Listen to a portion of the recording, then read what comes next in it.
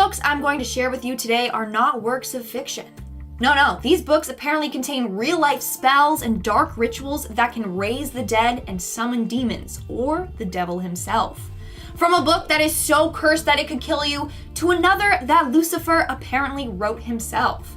Let's talk about these and more only in today's video. Starting off this countdown, we have the Lesser Key of Solomon. The Lesser Key of Solomon is a cursed grimoire that is said to contain summoning spells for over 72 demons. That's right, this book can help you summon 72 demons. And no one knows who wrote it. What we do know is that this book contains a bunch of compiled texts from the 17th century. Some of these texts tell the reader how to conjure spirits or demons, and then it tells you how to control these entities that you summon. No matter how cool you may think that is, you don't ever want to own this book. This book is apparently so cursed that anyone who keeps a copy of it will die or experience constant bad luck. One person who owned a copy of this book reported the book's pages turning on its own. Another time, the book violently flew across the room at them. They also heard strange whispers coming from the book, and on a number of occasions have seen shadow people. The only way to end this curse is to burn all the pages in the book and then get rid of all the ashes. Seems like a lot of work, so maybe just don't go out seeking copies of it. Although we don't know who wrote the book, legend has it that King Solomon originally wrote it for his son. He then asked him to bury it with him in his grave. But apparently when he was getting prepared for burial, a group of Babylonian philosophers found the book, and one of them got a vision from an angel. The angel told him to hide the book from the unworthy. So he decided to cast a spell on it to keep it from getting into the wrong hands. And that's how the book got its curse. But for some reason, copies of the book can be found on the internet. So if you want to tempt your fate, check it out. But seriously, actually maybe don't. Like, all we need this year are demons taking over the world because some Dumbo tried to summon them. In our fourth spot today, we have the Grand Grimoire. Otherwise known as the Gospel of Satan, this book has been named one of the most terrifying occult books in history. So it was apparently written in the 16th century by a man that was possessed by the devil. Yeah, you heard me correctly. The book is filled with instructions on how to summon demons or raise spirits from the dead. Reading this book and following any of the spells is said to be equivalent to selling your soul to the devil, which is why the original book is kept locked away somewhere in the Vatican's secret archives. They don't want anyone messing around with this book. But you can find versions of this book online and for sale, but it won't be the original cursed text. Either way, I'm not risking it. Coming in our third spot, we have the Book of Sacred Magic. Back in the 15th century, a mage named Abramelin decided to gift his son with a book filled with mythical curses. I doubt it was on his son's wish list, but hey, it's the thought that counts, right? Anyways, in the 1900s, the book was translated to English, and that's when people realized it was probably cursed. Why? Well, throughout the book, it talked about rituals on how to control your demons. Abra believed that every person had their own demon, not just a metaphorical one, but a literal one. This book taught you on how to control your demon. It also talked about how to perform other supernatural acts. In the end, it was believed that whoever owns a copy will be haunted by spirits, and bad luck will befall on them. In fact, a number of people have reported bad luck and hauntings after reading this book. So it seriously isn't worth it. Like, I'm not getting cursed. No, thank you. Coming in at 2, The Ritual, Adam Neville. If you're familiar at all with the Netflix film of the same name, you'll be surprised to see this on our list, and so high. Now that's not me diminishing the film in any way, but once again I'm straying from the popular and focusing on the unknown. Now The Ritual of course gained notoriety after the release of the film, but prior to that it was a hidden horror gem. The book follows 4 old university friends as they set off into the Scandinavian wilderness of the Arctic Circle in an attempt to reconnect with one another and escape their problems. However, tensions begin to arise within the group, and with little experience between them, a shortcut during their hike turns into a nightmare scenario that could cost them all of their lives. Things descend into madness when the group stumbles across an old habitation. Ancient artifacts decorating the wall and bones scattered upon the floor. It's haunting, and the last quarter of the book departs radically from what happened leading up to it, and the ending does not arrive until the final sentence of the book. It's chilling and just downright perfect. And finally, coming in at number 1, The Beckoning Fair One. Oliver Onions. Oliver Onions is among the greatest practitioners of the traditional English ghost story in the Silver Age. What tells these stories apart from more recent horrors is that they are not crude, they are slow and subtle. The Beckoning Fair one tells the story of a young down-and-out novelist who leases rooms in a decaying house, in the hopes of completing his masterpiece. However, as all classic ghost stories go, he discovers that he is not alone. But what makes this story truly frightening is that he is happy about it. Now, much like our previous numbers, the Beckoning Fair one is a little tricky to track down, but the best way to obtain it is by purchasing a copy of Anita Miller's anthology, 4 Classic Ghostly Tales, in which it appears alongside other masterpieces. Kicking off at number 5, Mrs. Coulter. And if you haven't read Philip Pullman's fantastic series, His Dark Materials, I highly suggest that you do. But in a tale that literally pits the eternal forces of evil against the eternal forces of good, the terrifying Mrs. Coulter remains to be one of the most violent, selfish and memorable villains of recent times. And although Nicole Kidman's performance in the widely disappointing 2007 movie was actually incredibly fitting for her character, I'm talking purely about the novels in this particular instance, because yeah, the less said about that movie, the better really. And it's an interesting one because if you know nothing about the novels, Pullman's His Dark Materials is a young adult trilogy that covers some incredibly weighty themes, but it's in the later implication of Mrs. Coulter's actions where the true consequences of her villainy were finally revealed. Although that's definitely not to say that throughout the story she's not the literal definition of evil wrapped up in an aesthetically pleasing package, because that's exactly what she is. Now, I'll try my hardest not to spoil the character of Mrs. Coulter, but perhaps the best way to describe the nature of her evil is with her demon. You see, in the world of His Dark Materials, people are explicitly connected to a creature that serves as a physical manifestation of their human soul, which appears as various kinds of creatures from the animal kingdom. In this instance, Mrs. Coulter's demon was a male golden monkey that on the surface appeared to be a beautiful, curious creature, and alongside his human familiar, the two of them would entice and flatter adults and children alike whilst working for the General Oblation Board, the secret arm of the Magisterium, a corrupt holy church. Like I said, weighty. Her demon perfectly reflected Mrs. Coulter's personality as a beautiful creature on the surface, but running deep with malevolent intentions. On one occasion, her demon was seen tearing the wings off of cave bats out of sheer boredom. Yeah, that says a lot. Coming in at number 4, O'Brien. And this particular fictional creation comes from George Orwell's resounding and highly important novel, 1984. And yeah, it's going to be incredibly difficult to explain the evil behind this character in particular without spoiling the novel. But hey, Orwell published this book 70 years ago in 1949, so I think you've had fair warning. In the world of 1984, the protagonist, Winston Smith, lives in a dystopian, oppressive, totalitarian version of Britain, a portion of the superstate of Oceania, which has been under the rule of Ingsoc and Big Brother for time long forgotten. He who controls the past controls the future, and all that. In the society, nothing is safe from the eternal gaze of Big Brother, and even the confines of the human mind aren't safe from the Thought Police, an organisation that serves as the secret, ever-watchful eye of Ingsoc. And that's where O'Brien steps in, an administrator that works in the Ministry of Truth and who leads Winston Smith to believe that he is secretly leading an underground resistance known as the Brotherhood to bring down Ingsoc from within and overthrow the party. In actual fact though, as is revealed in a vital moment of realization in the novel, this whole thing is just a game to O'Brien, and he in fact finds great joy weeding out citizens that aren't completely loyal to the party and to Ingsoc. O'Brien's entire method of operation is to lure in anyone who even questions the party's authority by pretending to be on their side and buy into their model of rebellion, and then of course instead arrest them and cure them through moments of perverse torture of the human mind. I mean, compared to some entries on this list, O'Brien is the definition of a very human fear. He exemplifies totalitarian authority with every morsel of hope that he extinguishes. In his own words, if you want a picture of the future, imagine a boot stamping on a human face forever. Yeah, although perhaps not the root of all villainy, this guy comes pretty close. Next up at number 3, Euron Greyjoy. And please, no, don't panic, I'm not talking about the show's representation of Euron Greyjoy, but purely the book series. Although I still love the show for the most part, Euron Greyjoy wasn't given the portrayal that his character deserved, and there's no denying that in George Martin's A Song of Ice and Fire, the Crow's Eye himself, Euron Greyjoy, is one of the most terrifying villains in the whole of modern fantasy. And again, it's because of his humanity, or lack thereof. Now, George Martin is one of the finest writers of our time and has a particular knack for creating characters of pure evil, down to the fact that he segues the conventional notions of light and dark and instead focuses on areas of grey. But no, Not for Euron. Euron Greyjoy is just straight up the most truly evil inhabitant of the known world. Just compare him to some of the most memorable villains of the entire series so far, anyway,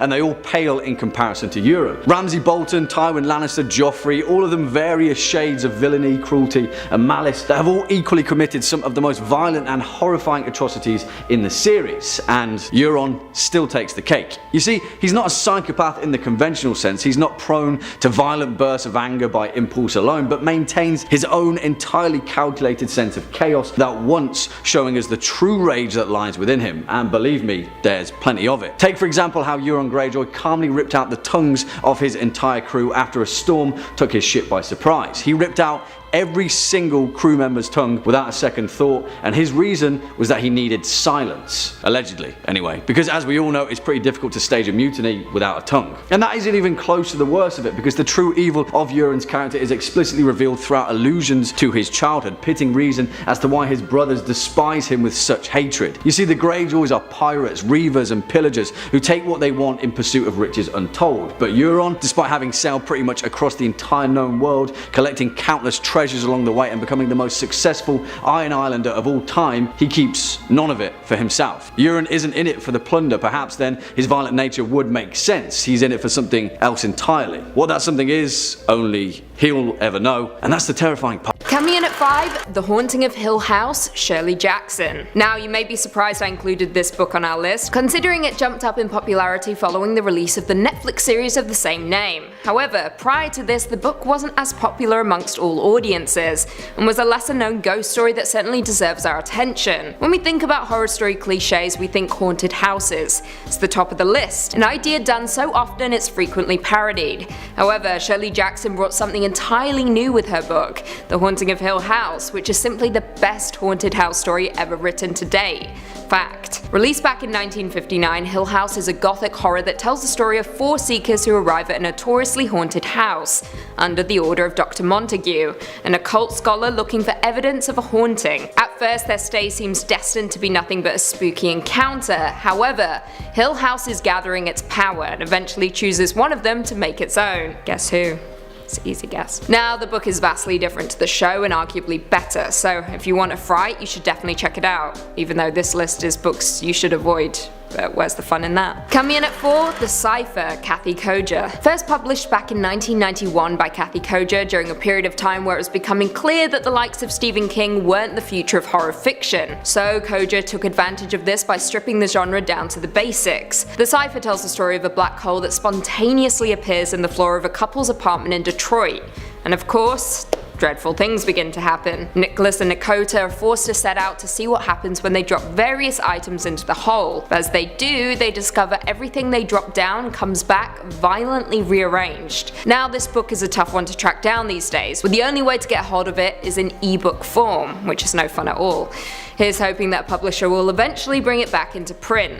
They would be doing us all an invaluable service. Coming in at 3, The Green Man, Kingsley Amis. Published back in 1969 by British author Kingsley Amis, The Green Man is often described as being 3 genres of novel in one: ghost story, moral fable, and comic novel. It is essentially a pastiche of a Jameson ghost story by a hardcore fan. The story follows Maurice Allingston, a man who has reached middle age and is haunted by death. It opens with Maurice's father dropping dead and continues as friends and family convene for the funeral. Now, his problems are many and increasing throughout the story. How to deal with his own declining health, how to reach out to a teenage daughter who watches TV all the time, how to find another drink, and then of course, death. It's a ghost story but also a black comedy. It's confusing, yes, but also one of the best books on our list, and certainly worthy of your attention if you dare. Coming in at number 2, we have The Book of Soyga, otherwise known as The Book That Kills. So I suggest you don't put it on your reading list. Basically, this book was created in the 16th century and is a Latin essay all about demonology. To this day, we still don't know who wrote it. But what we do know is that John Dee, who worked as an advisor for Elizabeth I, got the book in 1580. He spent the rest of his life trying to decipher the whole thing. He quickly realized that this book was no good. It talked about how to conjure demons and had a list of spells and stuff like that. Rumor has it that one section of the book he could not decipher at all. It was a page with tables filled with random Latin letters. But he was determined to decipher it. So him and his pal, who was an occultist and medium, apparently summoned the archangel Uriel. The angel apparently spoke through his friend and said that this book was made when Adam entered paradise. And also, apparently only Archangel Michael is the only one who can decipher the full book. The angel also warned them that the book was cursed, and anyone who deciphers the meaning of the coded tables would die 2.5 years later. Well, in the end, this book drove John to madness, and he died. After his death, the book was lost for the longest time, until 1994. That's when not one, but 2 copies were found. Crazy. But let me know in the comments below, if you had the opportunity, would you risk your life deciphering this book? I'm a little curious to see what it's about, but also I don't want to die, so maybe not. And in our number 1 spot today, we have the Devil's Bible.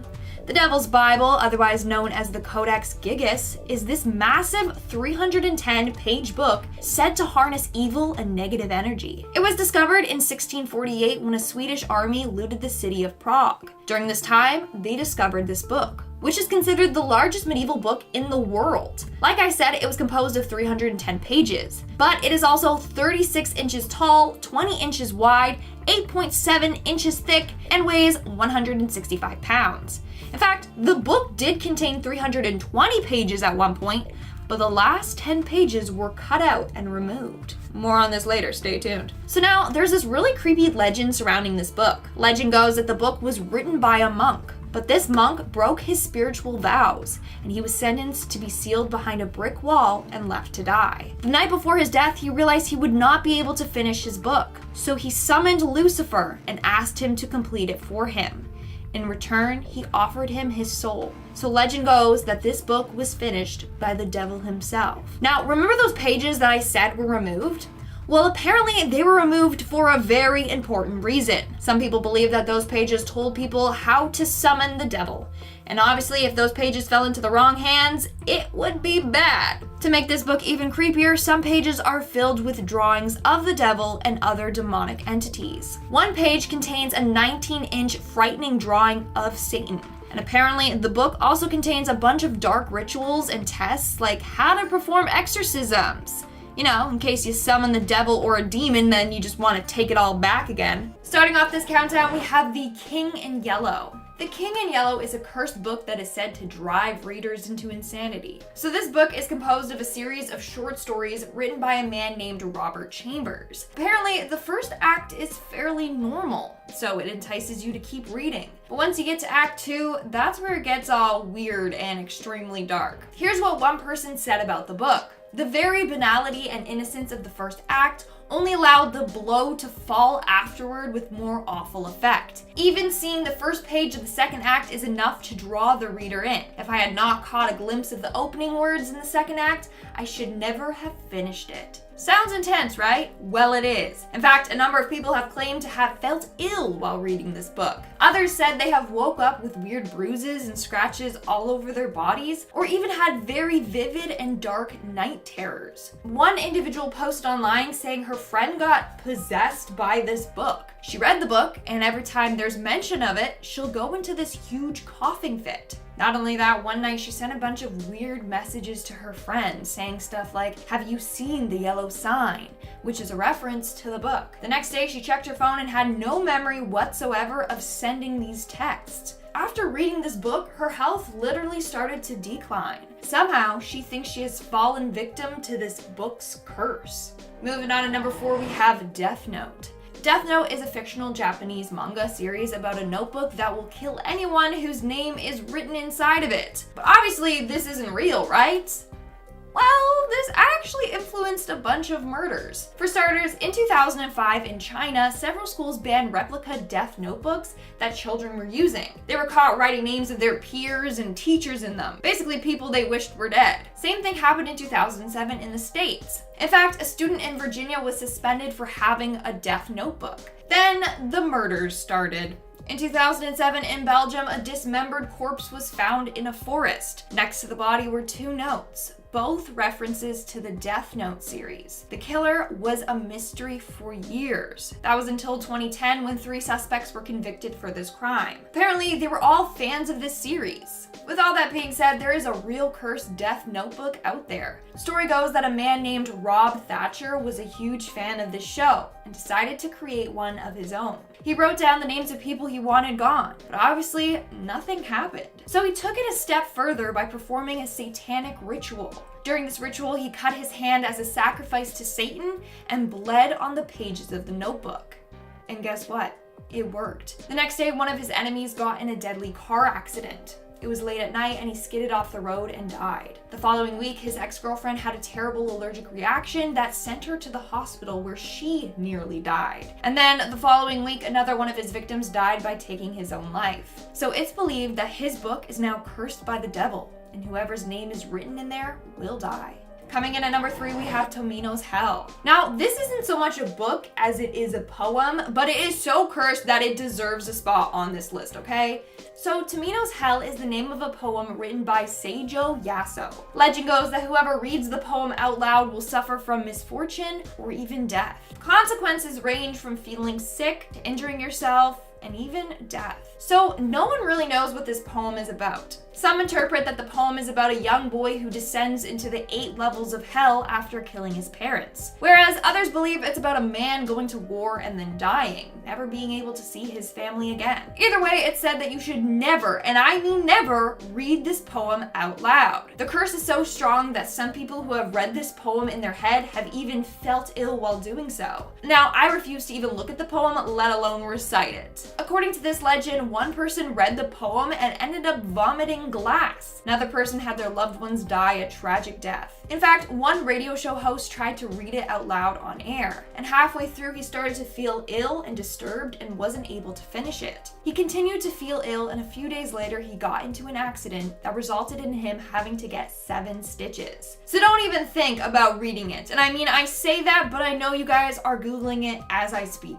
Swinging in at number 2, Nurse Ratched. And this particular entry may get people's blood boiling a little, because there's no denying the fact that Louise Fletcher's performance in 1975's One Flew Over the Cuckoo's Nest caused an entire generation to scream out in rage at the screen, as her fantastic portrayal of Nurse Ratched relentlessly proved that there are few limits to the depths that absolute power can corrupt absolutely. And although Fletcher's performance was without a doubt iconic in its own right, that's not to detract from the fact that Ken Kesey's 1962 novel just so happened to pen one of the most terrifying villains in the whole of literature. And again, it was down to her warped sense of humanity, or lack thereof, where the true nature of evil was found. However, the tragedy of Ratched's character only serves to make us as an audience question our own sense of morality, and ultimately it forces us to confront whether we can or should ever forgive evil. I'll try my utmost not to spoil anything behind this tale in particular, but as the novel explains, Nurse Ratched is the head administrative nurse at Salem State Hospital, a mental institution where the novel's narrator, Chief Brodom, resides alongside the iconic Randall McMurphy and a whole host of other patients that make up the fabric of Kesey's tragic tale. At Salem State, Nurse Ratched exercises her absolute power over the patients, using her patients' access to medication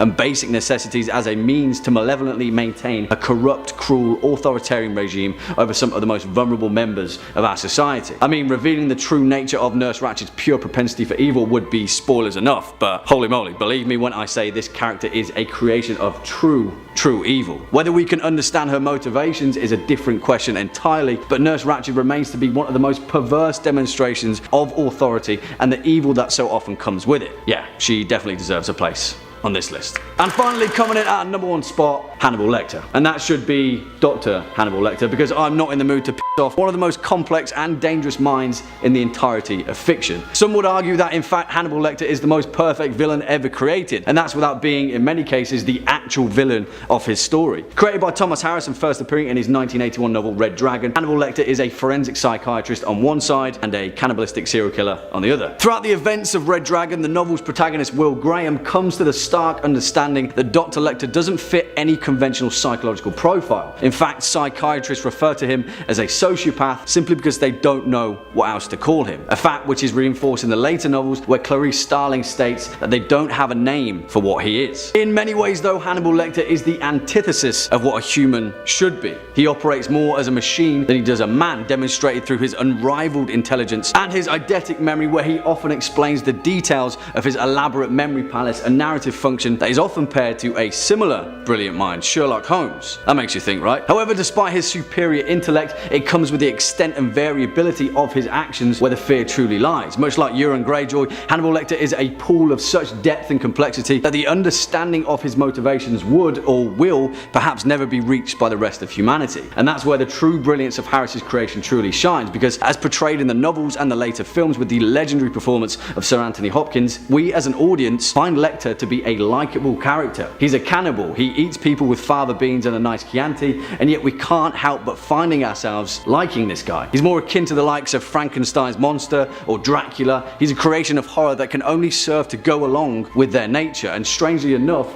for a human looking in, that fact forms a bizarre thread of curiosity that draws us in. Hannibal Lecter is the definition of horror, equal parts fear, equal parts curiosity, and he's a mystery that we'll never truly understand. Number 5 on this list is Long Lost Friend. This book is really interesting because even though there are multiple copies around the world, there's only one particular copy that has a serious curse to it. The book itself was written in 1820 by John George Homan and is basically a collection of spells and other folk remedies that would be very useful if you were running a farm. A lot of the content in the book has to do with healing livestock and casting a spell to have better yields come the harvest. One copy of this book, though, was pretty much directly responsible for the murder of its owner. Orrin Gray writes, while the book itself is intended to be benign, containing as it does wonderful and well-tested remedies and arts for men as well for livestock according to its original German title, the tome took on a rather sinister reputation following the so-called Hex Hollow murder committed by John Blymer, John Curry, and Wilbert Hess. The three men broke into the home of their neighbor Nelson Raymer because they said he'd put a curse on them and they were trying to find his copy of The Long Lost Friend and destroy it in order to end their affliction. Unable to do so, they instead killed Raymer and attempted to burn down his house. Raymer's supposed copy of the book never turned up. After this incident had happened, the men sort of came to their senses and it felt to them as if they'd been under a spell and lost their minds for a little while. People have theorized that the single copy of The Long Lost Friend that Nelson Raymer had owned was cursed, and through its curse had basically set this tragic event in motion. Similar to the One Ring in Lord of the Rings, after it sabotaged its owner, it went into hiding and now no one knows where this book went. Hopefully it stays hidden and the curse it holds is never brought to the light again. Number 4 on this list is The Orphan Story. The Orphan Story is one of the few entries on this list where the subject matter isn't too demonic or troubling in nature. It's, as the title would suggest, a story about an orphan who at 14 years old leaves Spain to go on some adventures. The curse with this book seems to be when someone studies it. The story was written by Martin de Leon Cardenas in the early 1600s and since then has racked up the death toll for those who've worked on the book. A Peruvian academic, Belinda Palacios, has said, "I laughed it off, but I was a bit apprehensive at the same time. It's taken a while because the people who've worked on it have died, one from a strange disease, one in a car accident, and another of something else. A book that if you spend extensive time with it will inevitably lead to your death. No one knows where this curse originally started from. Potentially the author had written something into the book where if somebody spends a long time with the work, they'll eventually suffer a grim fate. Or potentially through the years of its publication, the book has had something sinister happen to it that then caused those who worked on it to suffer greatly. I find it very interesting that this curse only seems to apply to those that study or put great effort into the book. From what I've read, those who just simply read the book for pleasure will be fine. That being said, any book that has the potential to curse me with death is something that I'd like to keep off my reading list. Number 3 on this list is Tomino's Hell. Tomino's Hell is one of the most famous works from the Japanese poet Sajo Yaso, but it's famous for all the wrong reasons. It's not actually a book, so I'm leaving the parameters of this video a little bit, but it is a one-page poem that has dire consequences if read aloud. It was initially released in 1919 and started to gain some popularity because those who read it felt very troubled and uneasy when doing so. The poem's subject matter is very disturbing and graphic, and it's understandable why it would make somebody feel uneasy. It's about a child named Tomino who lived amongst abusive parents and decided to write all of her sorrows into a poem. That poem is found by her parents and they respond by locking her up in a cage and not feeding her. Eventually she dies from disease and malnourishment. So the poem itself is pretty bloody depressing to begin with. Throw on the fact that when you read it out loud you actually get cursed, and now we have one of the most dangerous pieces of writing in the world. Tamino's Hell, if you read out the poem in its entirety out loud, is said to curse you forever. The curse ranges in severity and can come in the form of almost anything. Illness, financial ruin, accidents, death of a loved one, or even death of yourself are all in the potential cards for what might happen if you read this poem out loud. One of the most famous instances of this is filmmaker Suji Terayama, who made a movie based on the poem and then shortly died soon afterwards due to illness. There have been countless others who have suffered similar fates after reading this poem as well. I've actually avoided reading the poem even silently while I was doing this entry and just read people's descriptions on it. For your safety and your family's safety, I recommend that you avoid it as well. Coming in at number 2, The Necromancer's Manual, also known as the Munich Manual of Demonic Magic. This book is a 15th century grimoire manuscript. This text is seen as a guidebook to evoke demonic entities. The book includes a variety of spells and rituals divided into 3 themes: illusionist, psychological, and divinatory. Not only that, but it was believed that this book was the tool to control people, time, and emotions. Yeah,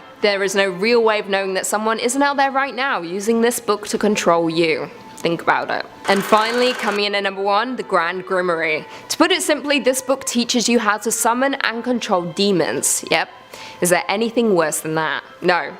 The answer is no. Also known as The Red Dragon, this book was written in the early 19th century, with its publication date ranging from 1521 to 1522 or even 1421. It was authored by Antonio del Rabina, I hope I said that right, who had supposedly gathered his information from the original writings of King Solomon. The book contains instructions to summon Lucifer for the purpose of forming a deal with the devil. The Grand Grimoire is divided into 2 books, the first half containing the instructions for summoning a demon, and the second half divided into 2 further parts, the Sanctum Regnum and Secrets of the Magic Art of Grand Grimoire. The former contains instructions for making a pact with the demon, allowing you to command it without the tools required in Book 1. The latter contains simple spells and rituals you can perform in order to complete the summoning and the controlling. All in all, it's not a book that should be placed in the hands of the morally ambiguous, let's just say that. Well, there we have it. What did you guys think of these books? Have you read any of them? I really hope. About number 3, The Grand Grimoire. A text so nefarious and mysterious that most people believe that it's kept deep in the bowels of the Vatican Church's ancient vaulted archives, which, sadly for us, isn't open to the public. While there is no evidence for this, the Grand Grimoire has nevertheless gained notoriety throughout the modern era, with its legend being popularized in the early 20th century. Plain and simple, this grimoire outlines black magic, with different editions dating the book between 1521, 1522 and 1421 respectively, although the most likely versions were written in the early 19th century. The Grand Grimoire is also known as Le Dragon Rouge, or the Red Dragon, and is later divided into 2 sections: the Sanctum Regnum, which outlines the instructions for making a pact with a demon and commanding the spirit through the means of a blasting rod into doing the reader's bidding, including instructions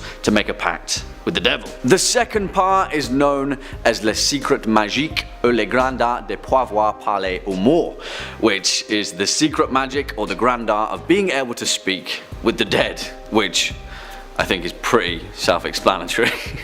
Coming in at number 2, we have Babadook. Also, do you guys say Babadook or Babadook? Because let me know which way is the right way. Politely, let me know. Anyways, the 2014 movie Babadook is pretty freaking creepy, not gonna lie. And of course, there's that famous scene in the movie with that creepy ass pop-up book. Well, fans loved it so much they wanted a copy of this book in real life. So the creators listened to the people and created limited copies of the Babadook book. In 2015, 6,200 pop-up books were created. Later, they did do a second release, but after that, they said they were no longer making any more copies of the book. People were then selling them on eBay for like $500. Anyways, a couple of people claimed that the book they received was cursed or haunted. Being in the same room as the book made them feel uneasy. They literally became super dizzy and sick. One person was even reading the book when she passed out. She woke up the next day on the couch with no recollection of what happened the night before. So be careful. These books might be cursed. And in our number 1 spot today, we have The Endless Book. This is the name I have given to a cursed book that was purchased off of eBay.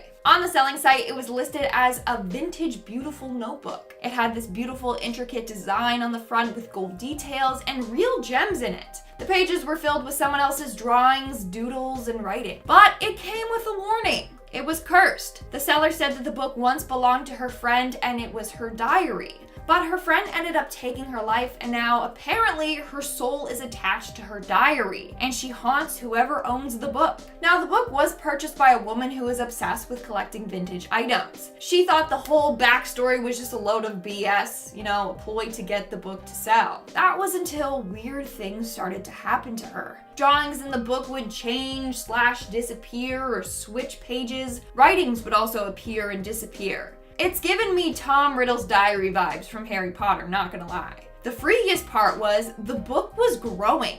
Each day a page was getting added to the book, some blank, some with new drawings or new texts. Now, the woman was smart and ended up getting rid of the book. That was after the book literally gave her a warning. She woke up one day to the book open. The page it was on had "The End" written across the page in big red bold letters. It was written in blood. To this day, we don't know what happened to this cursed diary. But I think we all learned a valuable lesson, right? Don't go buying haunted/cursed items off of eBay. Coming in at number 5, the Voynich Manuscript. The Voynich Manuscript is arguably the most infamous on our list, to say the least. To begin, the book is written in an unknown writing system that many to this day are still attempting to decipher.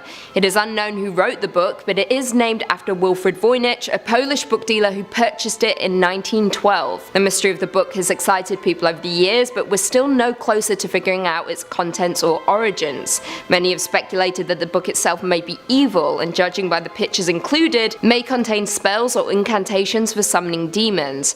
But this is all speculation. There have been many people over the years who have claimed to have deciphered the text, from Robert S. Brumbaugh, who claimed that the manuscript was a forgery intended to fool Emperor Rudolf II into purchasing it, or Stephen Bax, who claimed that the manuscript was about nature, or even Nicholas Gibbs, who claimed it was a guide to women's health. We may never know what knowledge the book holds. Perhaps at the end of the day it's a hoax, but some speculate it may be something evil that we should never attempt to uncover. In at 4, the Sworn Book of Honorius. This is a medieval grimoire written by Honorius of Thebes. It is the oldest existing medieval grimoire and arguably the most influential. The text contains incantations and invocations to induce visions from heaven, hell, and purgatory. It is also widely believed that the person who is capable of deciphering all the text will gain the access to all the knowledge in the world. Not too shabby. Now, its history is hazy, but the book is supposedly the product of a group of magicians who condensed all their knowledge into one book. Many of its instructions include how to conjure and command a demon, how to work other magical operations, as well as the knowledge of what lies in heaven, among other things. It has been classified as a Solomonic grimoire due to its heavy angelic powers, like those found in the Key of Solomon. In at 3, the Satanic Bible. Published in 1969 and written by Anton LaVey, the Satanic Bible is a collection of essays, observations, and rituals, and is the central text of Satanism, and it's also considered to be the foundation of its philosophy. The Bible is divided into 4 sections: the Book of Satan, the Book of Lucifer, the Book of Belial, and the Book of Leviathan, the latter offering invocations for sex, compassion, and destruction, as well as invocation of Satan. Thankfully, the Satanic Bible is not considered to be a sacred scripture, like the Christian Bible is to Christians, but Satanists do regard it as authoritative text. The Satanic Bible has been condemned by many for being dangerous, particularly to adolescents. As problematic as this book is, it is still available in most places, although many schools have made an attempt to ban the text. Few have been successful though. Swinging in at number 2, the Sworn Book of Honorius, and this is perhaps one of the oldest existing medieval grimoires that can actually be verified in its entirety. It's important to note that this grimoire shouldn't be confused with the grimoire of Pope Honorius, because this one is an entirely different story. Written by Honorius of Thebes, a mysterious historical figure shrouded in the occult, this grimoire is pretty much a play-by-play guide on how to conjure and command demons and allegedly contact a divine celestial power. It outlines the use of seals, an operation outlined in the Key of Solomon, which may or not be on this list. The first medieval reference of this text was in 1347. It appears numerous times throughout history, in 1456 and frequently throughout throughout the 14th and 15th century. Allegedly, the Sworn Book of Honorius is a product of a conference of magicians who thought it would be a grand old idea to stick their heads together and condense all that vast mystical knowledge into one single volume. Wow, that volume just so happened to be a staggering 93 chapters of demonic, all-powerful, mystical know-how. That's some pretty heavy reading. And finally, our number one spot, the Magical Treatise of Solomon, and the primary means that we even understand the term demon. The Magical Treatise of Solomon is some mystical, funky stuff shrouded in the mystery of an ancient world. Well, the Byzantine Empire to be specific. Also known by its more lofty name, the Little Key of the Whole Art of Hygromancy, found by several craftsmen and by the Holy Prophet Solomon, which, you know, if you're going to name something, you may as well name it in full. This grimoire is literally the cornerstone of every grimoire ever made, and serves as the bridge between the Roman era Testament of Solomon and the Renaissance Key of Solomon, where the mystical era of demonology made its return. Allegedly, it was based upon the found scripture of King Solomon, laying out his knowledge to his son Rehoboam, and it is pretty much a guidebook on a vast amount of magical techniques and tools to summon and control a host of demonic spirits, create charms, understand the differing means of divination, and heal through the powerful use of herbs. Third spot today, we have the Voynich manuscript. This manuscript was discovered in an old chest in Rome in 1912 and is believed to have been written sometime in the early 15th century. Now, there is a lot of mystery surrounding this book. For starters, we really don't know who wrote it. Apparently, it was purchased by the Roman Emperor Rudolph II, who believed it had been written by Roger Bacon. But Bacon lived in the 12th century and the paper carbon dated to the 15th. So like, that doesn't add up. What the heck is going on? Now, the first known owner of the book was an alchemist named George Barish. One day he found the book in his library and he was like, okay, how the heck did it get there? I don't know this book. After him, the book was owned by a number of emperors and officials. Again, no one has ever been able to decipher this 240-page book. Even the best cryptographers and linguists in the world haven't been able to decipher it. Not only that, but the book contains images of plants that have been long extinct. And it also has images of intricate astrological signs. As a result, this book has been deemed the world's most mysterious book and the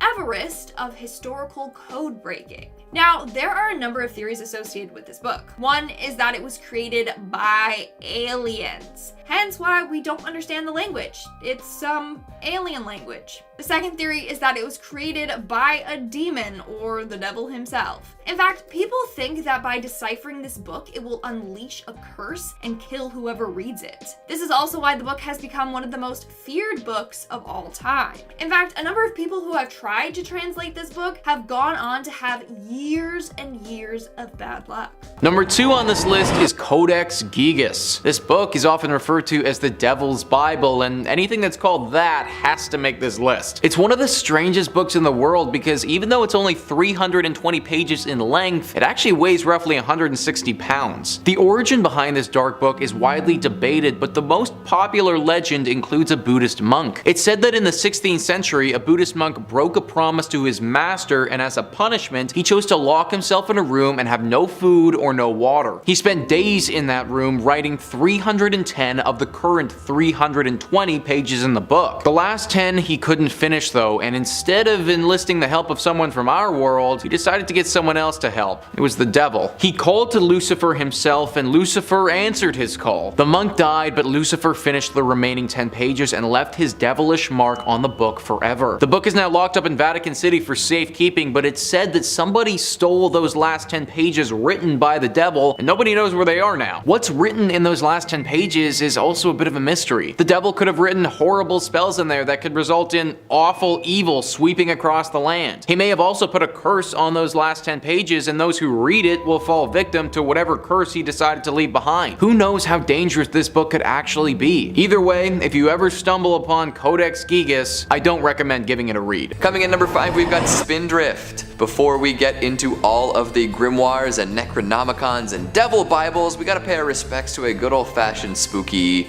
novel, autobiography, a little mix of the two. Curling up with a creepy pile of pages on a chilly fall day, maybe with a cup of your favorite hot beverage by your side, is unmatched. If you haven't tried it yet, I beg you to forego streaming services for one day and really soak in that paperback atmosphere. Right, so once you've experienced that unique joy, you can die a happy death, which just might happen if you stumble across a copy of Spindrift. Upon first glance, this book looks like any other pulpy horror book from the 70s. However, there's definitely a lot more than meets the eye. It reads partially like a novel, sort of like an autobiography, and somewhat like an account of a haunting. The tale is that of an author, Jan Bryant Bartell, and her experiences while living with her husband in the supposedly haunted death house of Greenwich Village. Before the couple moved in, the house already had quite the reputation. Mark Twain had resided there, and even as a skeptic, he was often unsettled by the unexplainable happenings. Families moved in and out, oftentimes falling victim to tragic fates. This had a great impact on Bartell in particular, who seemed to unlock some latent psychic potential at the house. During her time here, all sorts of horrid events transpired. Her pet dog died, news of others in her life perishing came to her, and she noticed all sorts of presences throughout the house. This caused a great deal of trepidation and terror, and eventually drove the couple off the property. After witnessing 9 deaths during her stay, Bartell wanted to be as far away as possible. Following this move, she decided to commit her story to page and wrote Spindrift. She spared no detail in this extremely personal account of the haunting, and eventually did finish the initial manuscript. Unfortunately, she became the 10th victim to the house. After completing the manuscript, Bartell passed away, supposedly followed by the curse. People who read this book claim to feel a very spooky presence while flipping through the pages.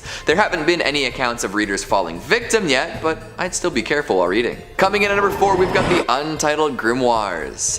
Here we go, some real spooky stuff. When you hear the term grimoire, you know you're in for some haunted volumes, that's for sure. Especially if they remain untitled, adding to the mystery and allure. How positively chilling. These 2 tomes became objects of intrigue back in 2013 when they were sold through an online auction. They fetched quite a hefty price, coming in at around $14,000. For any other spiral-bound notebooks, that asking price would be outrageous, but the history surrounding these grimoires makes them worth every penny. Apparently they were penned by none other than Persephone Adrastea Irene, a Wiccan high priestess with a coven full of devoted followers. She was quite the spellcaster and filled the books with all sorts of magical knowledge. Over 200 pages of enchantments, incantations, summons, and spells can be found by the owner of these books. Summoning rituals for demons and spirits are a major factor here too. However, the books came with a grave warning. Any non-witches should avoid them at all costs, as Persephone left a little message behind for them. It reads, "To those not of the craft, the reading of this book is forbidden. Proceed no further or justice will exact a swift and terrible retribution. You will surely suffer at the hand of the craft." The actual threat is quite vague, but with all of the possible spells and curses and hexes listed in the book, one can assume that their punishment would have something to do with that. So if you're not praying to the goddesses of Wicca before cracking open one of these, maybe consider what you're doing. Life is hard enough without additional magical mayhem invading. You can choose not to read the Untitled Grimoires. Coming in number 3, we've got The Orphan Story. So make sure you're looking very carefully at the books you're picking up. There are quite a few hardcovers and paperbacks adorned with titles similar to The Orphan Story. It could be Orphan Story, or The Orphan Story, or even just Orphan's Story. Hell, I do believe that there are books written this century called, word for word, The Orphan Story, but not the same as the tale we're about to tell.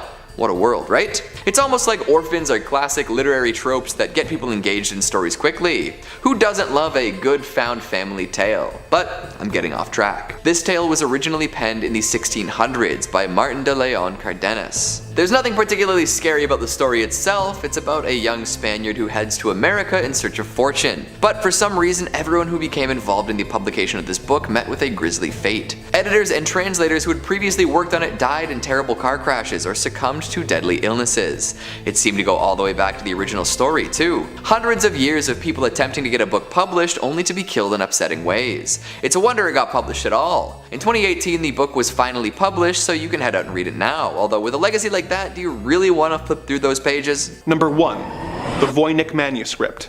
The Voynich manuscript is a coded book that was believed to have been written at some point in the early 15th century. It was discovered in a locked chest in Rome in the year 1912, and deciphering its history and more importantly its meaning has been a goal of several different scholars for many years before and since. Its first known owner was believed to be Rudolf II. Rudolf apparently thought that the mysterious book had been written by Roger Bacon, and purchased the book for a huge amount of money, roughly 600 ducats of gold. The first 100% confirmed owner of the text was an alchemist named George Barish, who found the mysterious book in his personal library, unsure of its origin. It was passed from him to a variety of scholars, emperors, and officials, all of whom failed to decipher its bizarre text and illustrations. Several of the world's best cryptographers from the First and Second World War have tried to decipher its 240 pages, and have not found any way to read the book. Some of the pictures include detailed sketches of plants that are not found in nature and zodiac signs. As you might expect, there are several theories about the purpose and the author of this book, with some believing that it was a herbology text written in a lost shorthand, and others having more outlandish theories that it was created by aliens from another world. One theory is that the book was written by either a demon or the devil himself, and that anyone who manages to translate its contents will unleash a curse upon the world. A theory they believe is bolstered by the fact that several people who have attempted a translation have gone on to suffer several years of bad fortune. Whether the origin of this book is human or demonic in nature, it is still the most mysterious and curiosity-inducing book in human history. Number 5 on this list is the Picatrix. The Picatrix is a large grimoire compiled of all Arabic magic. The content associated with this book is so abhorrently graphic though that it's often avoided by people who study such books. The book lives in the world of astrology and tells its reader that their magical abilities will be powered by the stars. In the book, you can be able to hone the power of planets like Saturn and Jupiter and use that power to your liking. Typically, the spells in this book, though, are of an evil nature. The spell that follows is about creating a wasteland for you to live in. On the day and hour of Saturn, with the second face of Capricorn ascending with Saturn standing in it, place the thin sheet in the place that you desire to be depopulated. The harmful power of Saturn will flow into it and it will never be populated for as long as the thin sheet shall stand there. The spell there doesn't even explain that you need to coat this thin sheet that you're using with fluid from a pig's brain for it to work. However, it's grotesque spells like this that have many experts avoiding this book at all costs. The book is filled with rituals and spells that are just plain wrong, and honestly, I don't know if even praying beforehand is enough to read this book. I just avoid it at all costs. Number 4 on this list is Fahrenheit 451. Fahrenheit 451 is a book that was written by Ray Bradbury that was published in 1953. The book is all about a dystopian United States where books are completely outlawed, and if anyone is to read a book, then these people called firemen will attack your home and burn it to the ground, all of your belongings as well. The book has actually received some pretty exceptional reviews and is a pretty unique take on a dystopian world. Unlike some of the other entries on this list and in our past parts, there's nothing inherently evil about the words in this book. It won't teach you how to praise the devil, and reading it won't curse you or make you susceptible to demonic possession. However, reading one version of the book that was published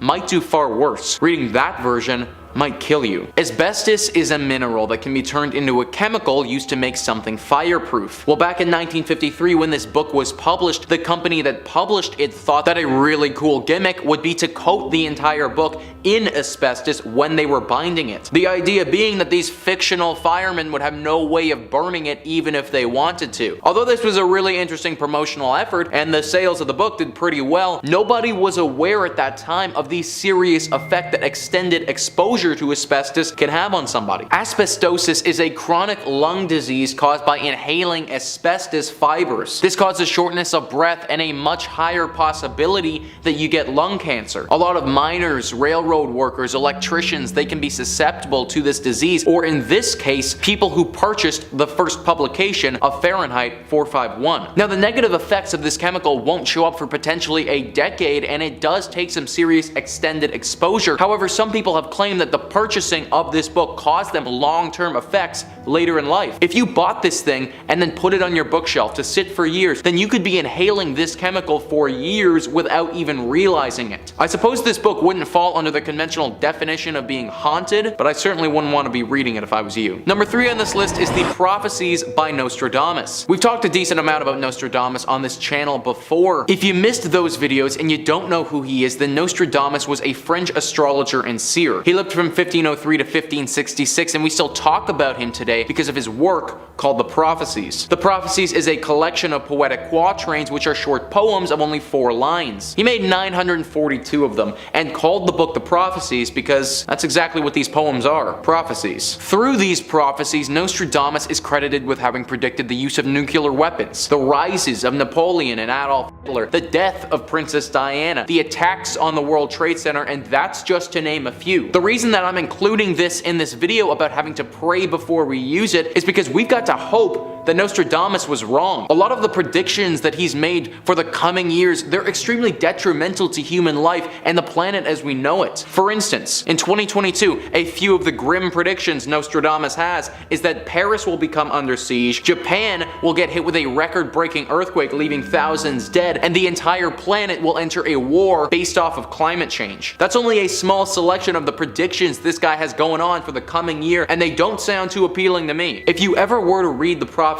in its entirety, then just pray that this book isn't haunted with the truth. Number 2 on this list is The Catcher in the Rye. The Catcher in the Rye is one of the most famous novels written in the last decade. However, some of its fame comes from a very dark and evil place. The Catcher in the Rye has been linked to many murders over the years. It is said to be the favorite of a large group of criminals who believe that the book is speaking to them. Many people think that this has to do with the main character, Holden Caulfield, who feels like an outcast and doesn't fit in anywhere. One can imagine that this may be the same sort of feelings that a criminal would feel when they go through their adolescence, which is what Holden is going through in the book. Hundreds of crimes have been linked to this story, but the most infamous is the murder of John Lennon. Mark David Chapman, a lover of The Catcher in the Rye and a deep admirer of John Lennon, assassinated the musician on December 8th, 1980. It said that he believed he was saving Lennon's soul from the evil in the world and was preserving his innocence to live on. This could be a whole bunch of baloney though, because he's also said that he was jealous of the Beatle and wanted glory for himself. Whatever his true motives were, right after he fatally shot John Lennon, he pulled out a copy of The Catcher in the Rye and read it until the police showed up and apprehended him. Reading this book may not inherently make you an evil individual, but hundreds of crimes like this have been linked to this book, and it does certainly seem to pull at the nasty feelings that live inside of us. If you are going to read it,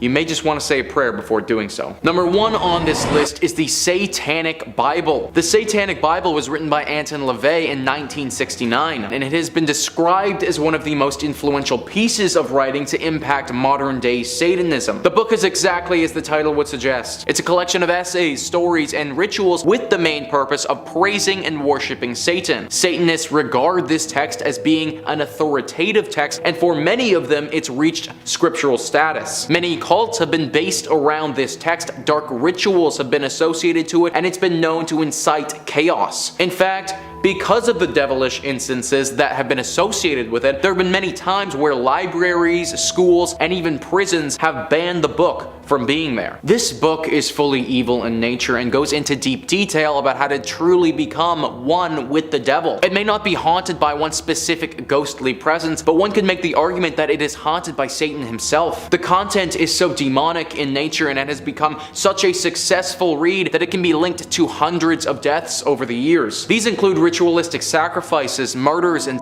suicides. If you ever were to read this book, then I would recommend praying beforehand to avoid falling into a deep and somber rabbit hole. I'm sure that reading the book would be an interesting intellectual study, but surrounding yourself with that much darkness, it isn't healthy for the human mind. Number 3 on this list is the Book of Abramelin. Abraham was an Egyptian mage who lived between 1362 and 1458 and dedicated his life to magic. Once Abraham visited Egypt, and there he met a magician, not that magician which you see on TV shows, but that who really knows dark magic and dark secrets. He told Abraham many dark and mysterious secrets and strange things which you and I can never imagine. He told him how to live with a dead person, the location of under-earth treasures, how to contact devils. Besides this, he also told him the secrets of becoming invisible and flying in the sky. That last passage that I just read was written by Sharik Kamal while he was listing the most cursed books of all time. This book is known to be dangerous, and it isn't just because of the contents in it either. Yes, summoning the dead and performing dark magic in its own right is very dangerous and has the potential to cause serious problems for you and those around you. This book, though, may just be inherently cursed to begin with. Many people who have read this book, even those who don't go on to perform any of the rituals or incantations that the book describes,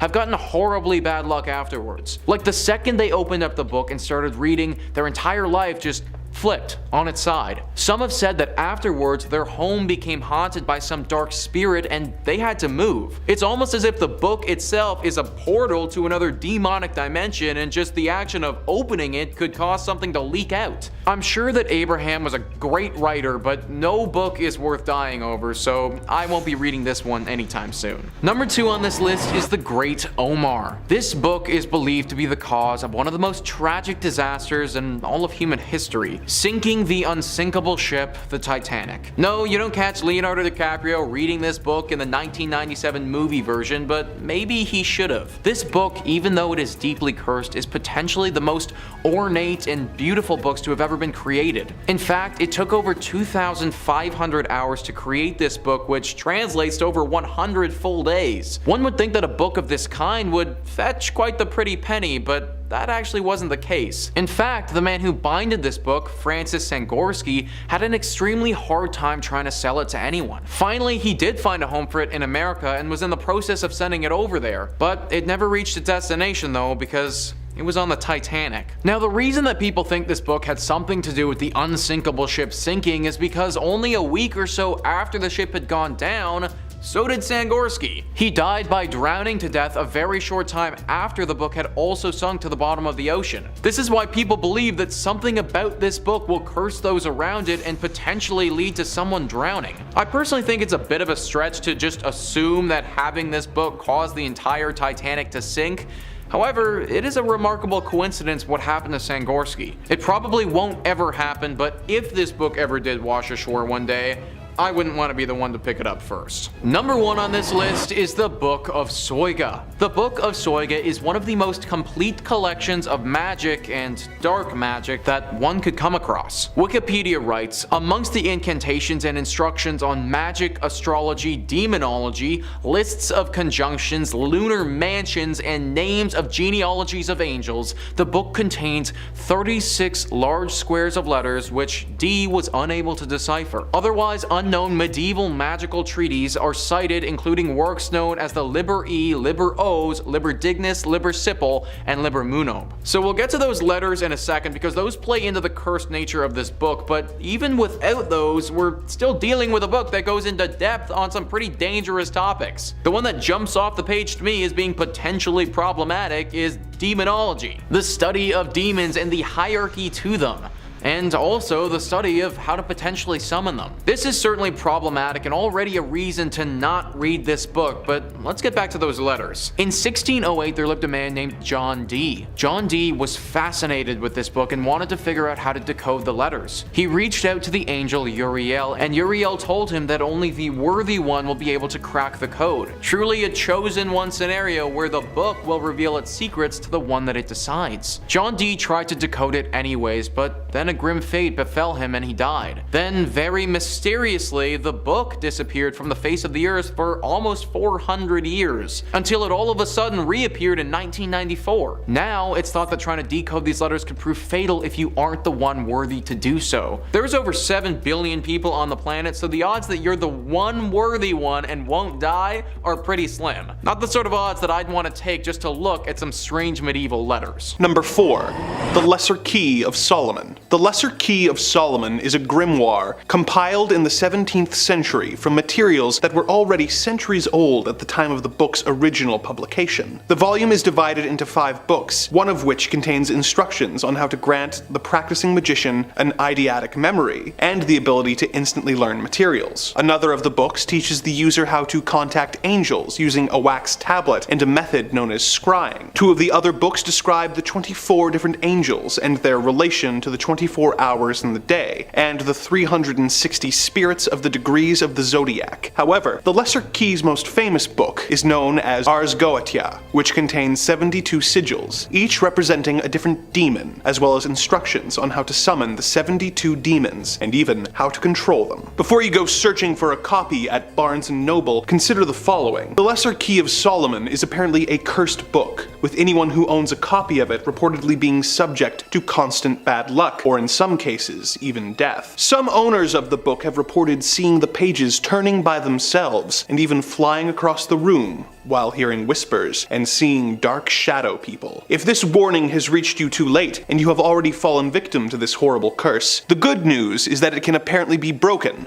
by burning all the pages and disposing of the ashes. No one knows for sure who wrote the Lesser Key of Solomon. Some of course believe that it was written by King Solomon himself as a gift for his son, but others believe that it was actually dictated by some of the 72 demons in order to give themselves a means of crossing over to our world. Whoever actually wrote it, I hope that it was done with the purpose of helping us control the dark forces that are knocking on the door of reality, and not the other way around. Number 3. The Book of Soiga.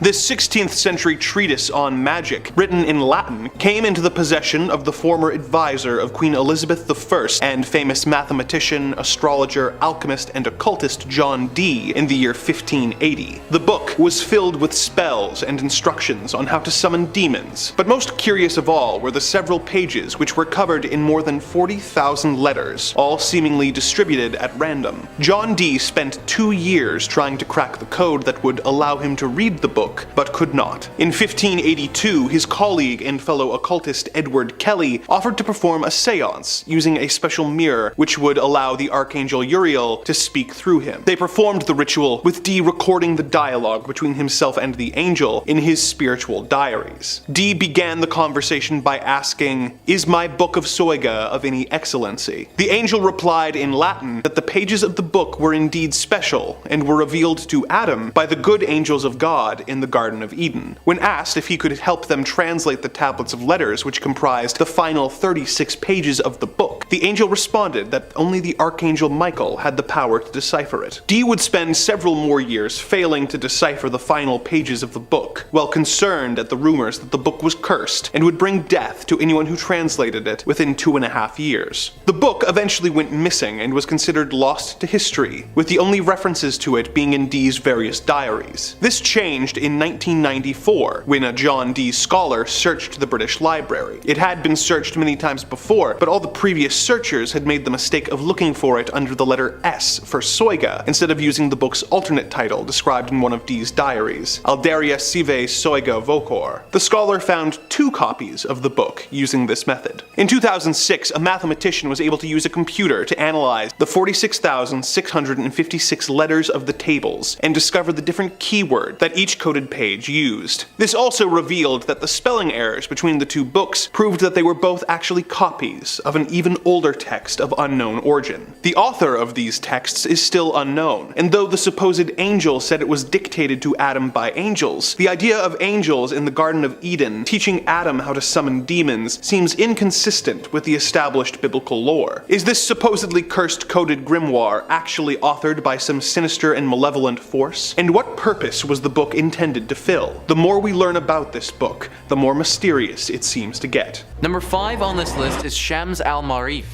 This book, from my findings, is not inherently evil in its teachings, but is one of those examples of potentially being a bit too much power for one person to possess. It's a 13th century Arabic grimoire written by Ahmed al-Buni. The book attempts to teach its readers how to perform ancient Arabic magic and is very spiritualistic. This book was super influential in Arabic culture and gained a large following. Many good things have come from this book, but also when you have a large amount of people following anything, some take it too far. Wikipedia writes, in contemporary form, the book consists of 2 volumes, Shams al-Marif al-Kubra and Shams al-Marif al-Sugra, the former being the larger of the 2. The first few chapters introduce the reader to magic squares and the combination of numbers and the alphabet that are believed to bring magical effect, which the author insists is the only way to communicate with jinn, angels, and spirits. And that right there is one of the main teachings in this book, the ability to talk to spirits. The amount of scary stories that we've talked about on this channel though, in regards to people trying to communicate with the dead is crazy, and it shows just how often things like this can go wrong. This has obviously happened many a time with this book, and those trying to reach their departed loved one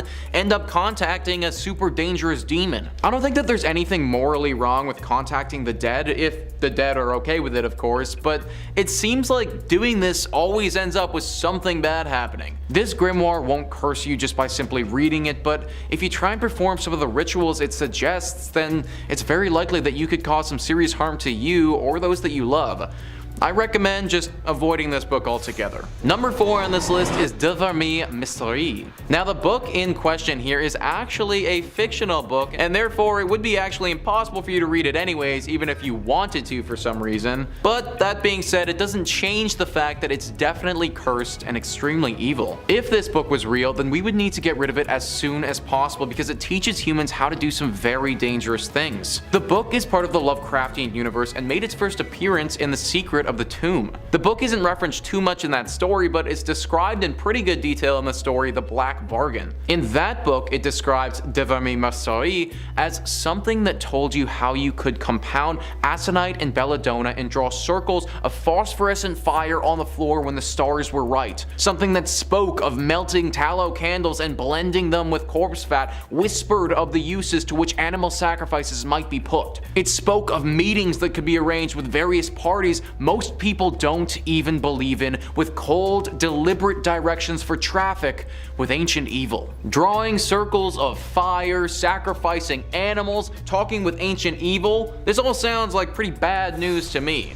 Especially the part that says you can arrange meetings with various parties. It's clear that not only can this book teach someone how to perform any number of spells and incantations, but some of those spells will deal with the summoning of ancient demons and creatures. And if we assume that this book is real and can be read, then that would also mean that the terrifyingly powerful gods Lovecraft wrote about would also be real. Meaning that this book could grant you the ability to summon Cthulhu or something even worse. Summoning your standard demon is already bad enough, but an all-knowing, super powerful god definitely raises the stakes a little bit. This book, from every description I can read about, sounds like something that's just far too dangerous for any human to use and wield safely. If it ever was real and you did happen to stumble upon it, best to avoid reading it at all costs. Number 5 on this list is the Sworn Book of Honorius. This is an ancient medieval grimoire that was very influential and was apparently written by Honorius of Thebes. I say that word apparently because it's currently unknown whether Honorius of Thebes was actually a real person or a complete myth. If he was real, then he's said to have a deep connection with religion, magic,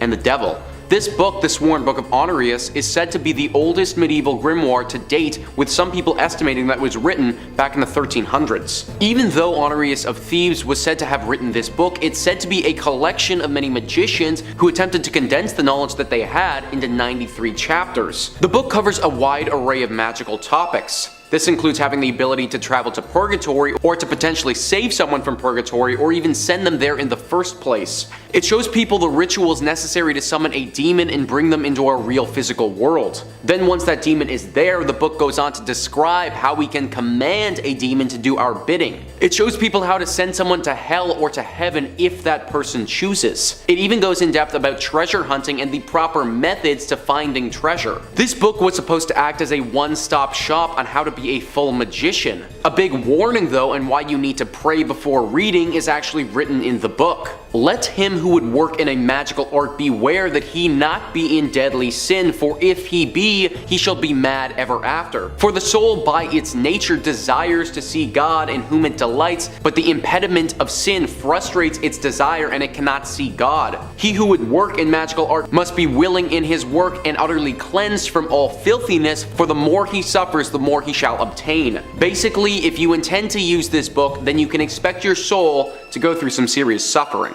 Number 4 on this list is the Dragon Rouge. The Dragon Rouge is an updated version of one of the most haunted texts in history, the Grand Grimoire. Keegan actually covered the Grand Grimoire in one of his previous parts of this series, so I highly recommend you go check out one of those videos if you haven't already. But the Coles notes are that the Grand Grimoire was a text that described how to make a deal with the devil. It showed the reader how to summon Lucifer and then how to make a pact with him once he is summoned. The Dragon Rouge is a version of this Grand Grimoire that goes further into detail on several demons and how one should summon them. What's interesting about this text is that it inspired the name for a cult group in the 90s called the Dragon Rouge. This cult was founded by Thomas Carlson, a Swedish man, in 1989. Thomas claimed that he had visions growing up as a child and believed to be connected to spirits and God somehow. This cult is based in the left-hand path of magic, which for those who don't know, is considered to be the dark magic and associated with the workings of the devil. Apparently, the Dragon Rouge text is one that is worshipped and used quite often during the proceedings of this cult. If you wanted to, you could actually visit the Dragon Rouge's website and volunteer to join their cult, but based on the writings of the book that they worship, I personally wouldn't recommend it. Number 3 on this list is the Book of Shadows. The name alone, the Book of Shadows, is enough to make someone believe that this text is haunted, but its origins confirm that suspicion even more. Gerald Gardner was a Wiccan living in the 1940s. Now, if you aren't familiar with what a Wiccan is, then it's actually someone who practices the religion of Wicca, which is a modern pagan religion. Gerald Gardner created the Book of Shadows, or was at least the person who brought it to people's attention. He's also known as the father of Wicca and is considered by most to be the one who started this religion. He may not have actually been the one to have written the book though, because he says that he received this ancient text from a secret coven of witches. Owen Davies, an expert on haunted books, says that this book was one of the last of a line of worshippers of an ancient fertility religion, which he and his followers believed had survived centuries of persecution by Christian authorities. This obviously made this text extremely valuable to Gerald, and he used it as a means to gain more of a following for his religion. Inside this book are magical rituals, spells, enchantments, and a variety of instructions for how to perform other sacred summonings. This book is said to be extremely dark in nature and certainly something that you would want to pray before reading. Gerald apparently used many of these spells and rituals through his life as he praised witchcraft. Others who have read this book have reported feeling extremely cold and getting the sensation of being watched. Any book that you apparently receive from a coven of witches has spells on how to worship them, and it's called the Book of Shadows. It certainly can't be any good. Number 2 on this list is the Great Omar. The Great Omar is one of the prettiest and ornate books that you will ever see in your life. Back in the day, book binding, the process of assembling a book and putting it together, was considered by most to be an art form. This book really proves that, having taken 2,500 hours to create and using emeralds, rubies, and sapphires in its creation, it really was a marvel. The text in this book contained a bunch of 4-line poems by Omar Khayyam. These poems were apparently filled with temptation and condemned by the church because of that. That being said though, after the book was constructed, Sangorsky, the man who designed the book, wanted to sell it at an exorbitant price. Problem was, not many people wanted a book that would cost them thousands of pounds. This book traveled by ship back and forth from Europe and America several times with no apparent buyer in sight. This continued until it's made its way onto a very famous ship called the Titanic. Obviously, the Titanic did not reach its destination, and the Great Omar sank to the bottom of the Atlantic Ocean, where it rests to this day. However, what gives this book the designation of being haunted is that only a week or two later, Sangorsky himself died. He died from drowning, just like the people on the Titanic would have died. Ever since this has happened, people believe that the Great Omar was actually cursed, and that it could have potentially been the cause of the Titanic's demise and the death of Sangorsky. It could all be one big coincidence, but I don't recommend reading The Great Omar 2, which was published by Sangorsky's partner later in life, because some evil may just befall you. Coming in at number 2, we've got the Codex Gigas, the Devil's Bible. Who knew this was even a thing? What I like about this entry is the fact that I can make this joke now. That's right, you should be praying before you crack open a Bible, because that's what people tend to do already. Heyo. Can't take full credit for that joke though, because Lindsay made it to me first, so laugh away. Now, back to the actual demonic properties of this book. The Codex Gigas is an extremely large medieval illuminated manuscript containing a number of alphabets, the entire Latin Bible, the history of the Jews, medical works, the New Testament, necrology, magic formula, and more. It's known as the Devil's Bible because of the unusual illustration of a devil inside. Most Bibles tend to avoid full-page drawings of Satan. This relates back to a legend concerning this tome where a monk was accused of breaking a vow to his master. As punishment, he was to be walled up and left there. Before he could be sealed away, however, the monk desperately promised to make a book that would glorify the monastery forever. It would include all of human knowledge, a lofty goal indeed. So he set to making this beautiful book, filled with intricate calligraphy, illustrations, and embellishments. As the clock was about to run out, he realized he was still 10 pages short. In order to get it done on time and save his life, he made a deal with the fallen angel Lucifer, his soul in exchange for the completed book. Lucifer took this deal, completed the book, and had the monk put an illustration of him inside as thanks. Nowadays, under plenty of scrutiny, scholars have estimated that a book this complex would have taken something like 20 years to make, and that's without all the illustrations. Just the calligraphy. Holy smokes. And finally, at number 1, we've got the Book of Sagya. Don't laugh. Don't laugh. I know it sounds like something along the lines of Ligma, but I promise you don't want to post about this. If you begin writing about it or learning its secrets, you might be driven mad. That's exactly what happened to a scholar by the name of John Dee. He came into possession of this 16th century Latin essay on demonology and became obsessed. Down the rabbit hole he went, struggling to figure out what secrets the book might hold. He discovered that it was full of dark rituals and potentially dangerous incantations, but beyond that he couldn't really make heads or tails of it. Eventually he lost his mind. He began reaching out to people to act as mediums through which he could communicate with angels. In doing so, he apparently discovered that the book was unreadable to anyone other than the Archangel Michael. Bummer. After Dee's death, many others have attempted to make sense of this ancient tome, but to no avail. So maybe stick to fantasy novels, yeah, or some lovely non-fiction depending on your interests. A good book is hard to beat, but I can't see any of these tomes being referred to as good. Unfortunate, but fair. Coming in at number 4, we've got Tomino's Hell. Veering off in a very different direction, we're going to take a look at a book that doesn't necessarily have hundreds of years of curses and evil energy imbued within it. Compared to a lot of these other books, it's a relatively new haunted tale, one hailing from Japan. It doesn't even need to physically be in the possession of the person reading it. All it takes to be cursed by this poem is to read it aloud.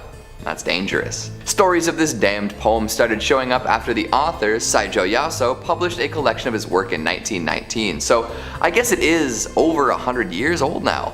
Huh. After losing family members in World War I, he took the grief and pain he was experiencing and put it into words. It's not a very long poem, so you could definitely read it in one sitting. I'm not going to read it aloud today for obvious reasons, but we can do our best to summarize the tale and delve into the haunted story. A lot of the details are left up to interpretation, but the general idea here is that it tells the tragic tale of an girl who is left to die by her family. Not a pretty picture. Years later, as rumors circulated, a director decided to make a film based on the poem. After completing his project, he suddenly died with no explanation, causing people to worry even more. This helped the poem make its way into circulation as an urban legend. The internet helped a great deal, and a recounting of the tale in a more modern book did wonders as well. So nobody can be exactly sure where the cursed nature of the poem originated, whether it was the internal turmoil of Saijo Yaso, the unfortunate end of the director, or the general negative energy associated with it in the eye of the public. Regardless, this is one piece of writing that you do not want to be reciting. If you're extra brave though, give it a shot. Let me know how it goes. I will not be taking that risk today. Number 5 on this list is The Treatise of the Vessels. The year is 1981. Harrison Ford has already taken the big screen a few times, but is he a leading actor? Yes, Raiders of the Lost Ark takes to the screen, and the beautiful George Lucas and Steven Spielberg brainchild officially solidifies Harrison Ford as being an elite A-lister in Hollywood. Well, this beautiful brainchild of theirs didn't just come out of thin air, but it was very likely inspired by the Treatise of the Vessels. This text is said to talk about some priceless treasures from King Solomon along with the Ark of the Covenant. If found, these would be some of the most valuable things ever rediscovered in all of human history. When there's gold, people are going to come, and the same thing applies here. There are riches galore to be found if someone is able to get to the bottom of this mystery, and the secrets may be within the Treatise of the Vessels. The thing is, it doesn't tell you the exact location of the Ark, so our daring explorers will need to find out for themselves. In case you didn't know, the Ark of the Covenant is said to hold tablets containing the 10 Commandments. The rest of the treasure is described in the treatise as being 77 tables of gold, and their gold was from the walls of the Garden of Eden that was revealed to Solomon. And they radiated like the radiance of the sun and moon, which radiate at the height of the world. So yeah, it's all pretty freaking good stuff. Although, I don't know if y'all remember the end of Harrison Ford's massive breakout movie, but discovering the Ark of the Covenant may not be the best thing ever. In fact, it's said that touching the Ark of the Covenant will result in death by the hands of God. That's why some people think this whole thing is cursed. Yes, if you actually found this thing, then you might be the most wealthy person in the world, but it may also kill you in the process. You also may never find it at all and dedicate your life to nothing. I'd say that you can probably read this thing, just leave the exploring to our main man Indy. Number 4 on this list is the Voynich manuscript. The Voynich manuscript is definitely an interesting one, largely because no one has any idea what it's saying. This is a 250-page book where pretty much all of the words are in an unfamiliar language that we can't seem to decipher. The reason that people think this thing is inherently cursed isn't just because of the gibberish though, it's because of the pictures that go along with said gibberish. Cosmological symbols, weird plants doing weird things, and nude women doing some other weird things are all over this book. It should also be stated that the manner of the drawings are just plain creepy. Like, there's nothing inherently evil or cursed about a plant or a naked woman, but the way that the book has drawn them out really does give me some serious devil vibes. Because of this, people worry that the book may be cursed. That potentially this is a book from the underworld which somehow made its way to our world. This is why we can't understand the words, but a demon would be able to pick it up no problem. Experts have researched the language, and although they don't know what it is, have discovered some hallmarks that indicate it is a real language of some kind. Therefore, it could be some kind of demonic tongue that we aren't familiar with. Granted, it could also be some other ancient language that's just been lost in time. Demonic language or ancient language, I think based on the drawings, it's clear that whatever is said is probably not PG stuff. Who knows how many gruesome or questionable things this book has been part of in its lifetime. Considering you wouldn't be able to read it anyways, I'd just avoid it altogether. Number 3 on this list is the Handbook of Ritual Power. Anything called the Handbook of Ritual Power probably deserves to be on the list. Owen Jarvis details this book nicely by writing, "This 20-page codex dates back around 1,300 years and is written in Coptic. It contains a variety of magical spells and formulas including love spells, spells for curing black jaundice, and instructions on how to perform an exorcism. The text may have been written by a group of Sethians, an ancient Christian sect who held Seth, the third son of Adam and Eve, in high regard. The opening of the text references a mysterious figure named Bactiotha, whose identity is unknown. I give thanks to you, and I call upon you, the Bactiotha, the Great One who is very untrustworthy, the one who is Lord over the 40 and the 9 kinds of serpents," a translation of the text reads. The researchers who translated and analyzed the text call it a Handbook of Ritual Power.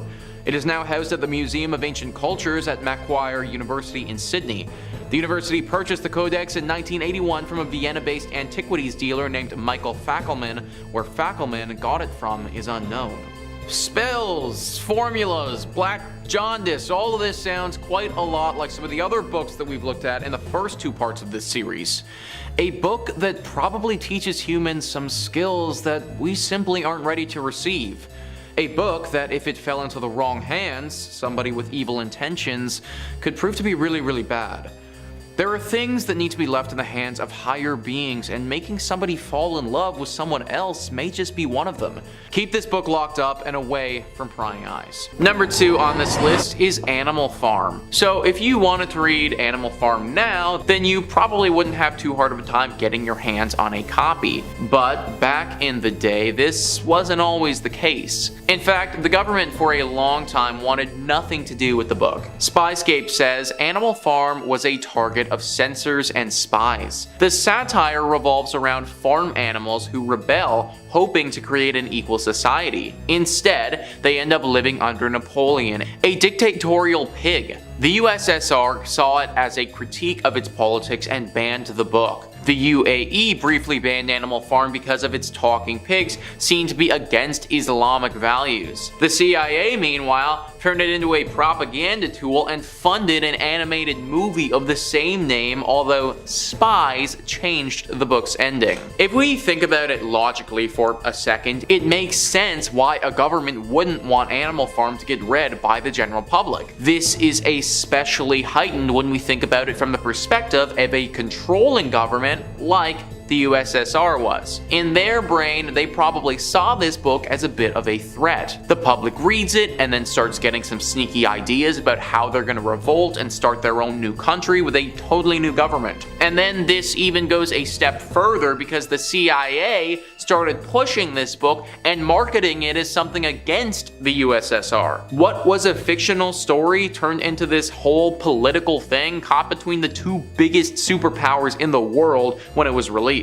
And number one on this list is The Anarchist Cookbook. This book has had a roller coaster of a life since it was written. Big Think says, since it was first written in 1971, much of its information is out of date. But some topics, like how to make improvised bombs, don't have an expiration date. The book provides instructions for making LSD and tear gas, primers on how to operate various firearms, how to sabotage different kinds of infrastructure, and writing on anarchist philosophy. The book was written by William Powell, a manager of a bookstore in Greenwich Village. Powell quit his job, however, to write the Anarchist Cookbook. My motivation at the time was simple, said Powell in an article for The Guardian. I was being actively pursued by the US military, who seemed single-mindedly determined to send me to fight and possibly die in Vietnam. Its countercultural, violent message proved popular today. It is sold in excess of 2 million copies. It should come as no surprise that the book is infamous and controversial, but the kinds of criticism it attracts varies depending on the source. Governments across the world clearly have a negative opinion of the book. It does, after all, advocate for violent civil disobedience. The Anarchist Cookbook is banned in Australia. In the UK, possessing the book, though not illegal itself, has often been used as evidence in terrorism cases. A teenager was accused of and later acquitted of a plot to assassinate British National Party members in 2008. In 2017, a 27-year-old who had traveled to Syria and possessed a copy was accused of being a terrorist. It turned out that he had merely printed a copy of the Anarchist Cookbook for use in a role-playing game in a university society. So clearly the government does not like this book at all. I think it's a bit much for people to be accused of certain things just by owning the book, but I also kind of see why it happens based on the contents of the text. Just be aware that if you pick this book up, then the government may start keeping tabs on you. Number 5. The Book of the Sacred Magic of Abramelin the Mage. The Book of Abramelin, or more formally, the Book of the Sacred Magic of Abramelin the Mage, is a Jewish magic text that is thought to date back at some point in the 14th or 15th century. Now, it wasn't this initial publication that gave it such a notoriety. There wasn't really a lot of book reviewing going on back then. It was when it was upheld by the 19th and 20th century magicians who made up the Hermetic Order of the Golden Dawn, which kind of sounds like a fake bad guy from an RPG, but is a British secret society dedicated to the practice, research, and upholding of old occult magic ways. Can't be that secret though, because I'm talking about it. One of the founders of the Golden Dawn, one SLM Matters, created the first ever English translation of the book in the 1890s, drawing from a 17th century French translation. Mathers' translation became the definite magic text of the 19th century, eventually helping inspire Aleister Crowley, the legendary occultist and fixer of one of the best Ozzy Osbourne songs ever. There's all kinds of spells and magic inside the text. Some highlights include spells on how to conjure someone into a donkey, summon a monkey to do your bidding, how to bring forth spirits to fetch you goods. The key point in the text, however, is an epic multi-month ritual that, if performed correctly, will allow the sorcerer to commune with their guardian angel other half. The book posits that everyone's guardian angel is another part of their essence, a spiritual other. The ritual involves, I don't really know how to say this politely. You have to get blissfully intimate with the angel, and once this honeymoon period is over, the caster then has to summon up and conquer unredeemed spirits of the infernal regions of hell to conquer them, and then will be able to be master of the spirit domain. That all sounds pretty complicated though, honestly, so all things considered, maybe it's for the best that this one's locked away. I don't really need to mess with magic, that's above my pay grade, and I'm not looking to get too intimate with my significant other guardian angel anytime soon. Coming in at number 3, we've got the Book of Abramelin. Heading back in the direction of spellcasting and dark magic, here we have a tome written from the teachings of a mage. Apparently back in the 16th century, a traveling writer named Abraham came across an old wizened mage. This man had seen it all and was privy to some of the world's darkest secrets. The mage told Abraham all he knew, and Abraham took those lessons and wrote them down in a book. Interestingly enough, he dedicated this tome to his son. What's better than a book of forbidden knowledge from the old man, right? This mage taught Abraham many things, from how to raise the dead to how to conjure destructive spells. To achieve many of these effects, one would have to find and control their own personal demon. This act is very dangerous, as if the demon decides to break free, all hell could break loose. Literally. However, for those with the discipline and questionable morals to pull off such a feat, they could achieve things that many only dream of. Invisibility, flying, discovering hidden treasures, the works. At the turn of the 20th century, an English translation of the book was published, leading to all sorts of new rumors of curses and evil magic. So if you do manage to get your hands on a copy, be careful while perusing the contents. Coming in at number 2, the Voynich manuscript. Mysterious and malevolent, nobody has successfully decoded the contents of this book yet. That lack of understanding may contribute to its terrible power. For now, the safest thing to do would be to leave it alone, but curiosity always kills the cat. The origins are foggy at best, with many thinking that it dates back to the 15th century. However, others claim that aliens brought this book to Earth with the intent of destroying many inquisitive minds. While the book is now surrounded by rumors and claims that it brings misfortune wherever it goes, the decoding of the contents could bring about even more misery. It's said that whoever reads the book and understands it will release a powerful curse unto the world,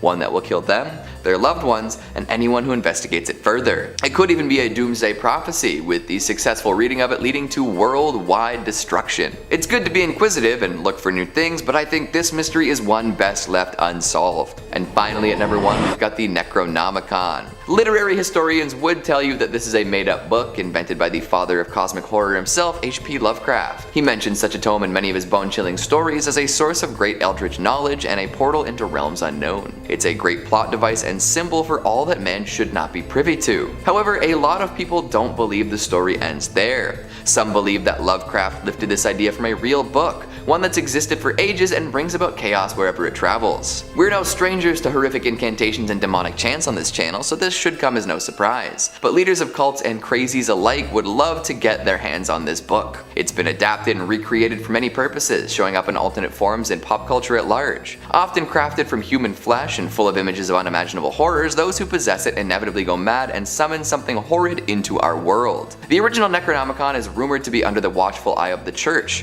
while others think that scholars of the ancient arts have been studying it for time immemorial. Regardless, don't go in expecting some light summer reading. Those who learn the teachings of the Necronomicon don't often remain sane or even human. I wonder if any of these titles are available as ebooks, maybe on Kindle? It would make it so much easier to read them during my commute. An audiobook would be nice, although that could get very destructive very fast. Number 5, the Book of the Sacred Magic of Abramelin the Mage. The Book of Abramelin, or more formally, the Book of the Sacred Magic of Abramelin the Mage, is an old Jewish magic text that is thought to date back at some point in the 14th or 15th century. Now, it wasn't the initial publication of this book that gave it its notoriety. Instead, it was when it was 19th and 20th century magicians who were in the Hermetic Order of the Golden Dawn, which is a British secret society dedicated to the practice, research, and upholding of old occult magic ways. But hush hush, you didn't hear that from me. One of the founders of the Golden Dawn, S.L.M. Mathers, created the first ever English translation of the book in the 1890s, drawing from a previously established 17th century French translation. Now, Mathers' translation quickly became the definite magic text of the 19th century, eventually helping inspire Aleister Crowley to inspire his system of magic, the legendary occultist and fixture of one of the best Ozzy Osbourne songs ever. That solo still goes, man. Now, there's all kinds of spells and magic inside this text. Some real highlights include spells on how to conjure somebody and turn them into a donkey, how to summon a monkey to do your bidding, that sounds great, and how to bring forth spirits to fetch you goods. The big key point in this text, however, is an epic, multi-month spanning ritual that, if performed correctly, will allow the sorcerer to commune with their own guardian angel. The book theorizes that everyone has a guardian angel and that they are another part of their essence, a spiritual other half of yourself. The ritual involves, I don't know how to say this politely. You have to, well, they say you have to get blissfully intimate with your other half. Once the honeymoon period is over, the caster then has to summon up and conquer unredeemed spirits of the infernal regions of hell to conquer them. And then they'll be able to master the spirit domain. That sounds like a lot of irredeemed spirits. I hope my angel might help out a little bit with that. This all sounds very complicated, so all things considered, maybe it's for the best that this one's locked away. Seems like heavy reading, not before bedtime. And if you're looking for more true tales of terror, fake frightening fribs,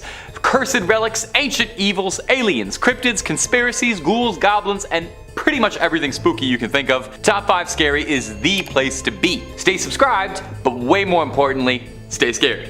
Okay, let's keep going. Whole lot more video to get through. Number 4, Book of Soiga. The Book of Soiga, also known by a more complicated name, the Alderia Siva Soiga Vocor, is an occult text that hails back from the 15th century. I'm pretty sure just saying that name out loud in front of the camera, I probably caused a curse on The Office, so I'm sorry about that. This text would have been lost to time, just another forgotten cursed manuscript, if it weren't for the obsessive efforts of John Dee, a 16th century polymath who had his hands in just about every field of study. Polymath is a fancy word for a guy who studies just about everything, and Dee practiced chemistry, physics, astronomy, and also the occult. You know, there's always more to learn, right? Mr. Dee was particularly interested in contacting angels to learn the secrets of the universe. And this book contains a litany of recipes for magic spells and all sorts of writings on demonology and astrology, but most importantly, and what caught Mr. Dee's attention, is that the book is said to include the names and genealogies of all of heaven's angels.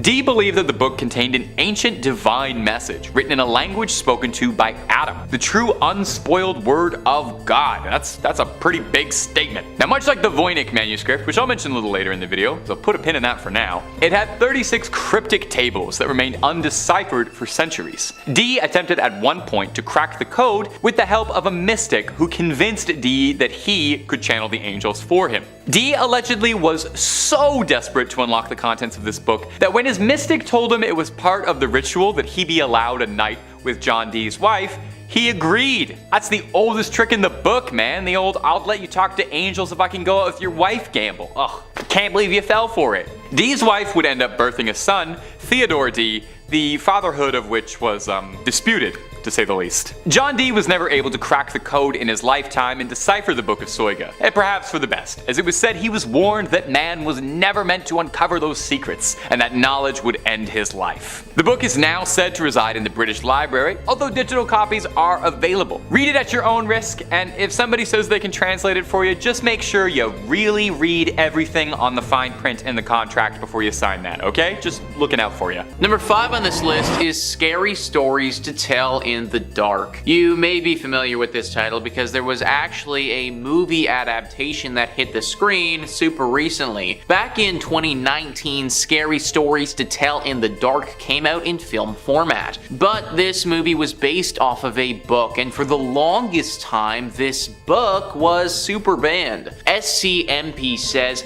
this one stands out on the list because unlike the other banned or challenged books, Scary Stories is not political and it doesn't contain any references to drugs or sex. So why were these collections of horror stories so controversial? Some of the stories could be pretty scary and parents felt that they were inappropriate for their children, which is fair considering these are stories about being buried alive, cannibalism, and way more. But for many people, the real issue was the artwork by Stephen Gammell, an incredibly talented illustrator who no doubt caused nightmares for thousands of children since the book's first publication in 1981. So literally, guys, this book got banned because it was too scary. Think about that for a second. The author literally did too good of a job at making a horror book that people thought no one should read it. If I was the guy who wrote this, then I wouldn't know whether to take that as a compliment or like a criticism, to be honest. The people who banned this thing couldn't hold it down forever though, because at the end of the day, it is some great literature for those who love horror. Number 4 on this list is Fire and Fury. Now, this one I felt like I had to bring up because it happened really recently with the former president of the United States. Skyscape says Wolf's gossipy tell-all describes a dysfunctional presidency perpetually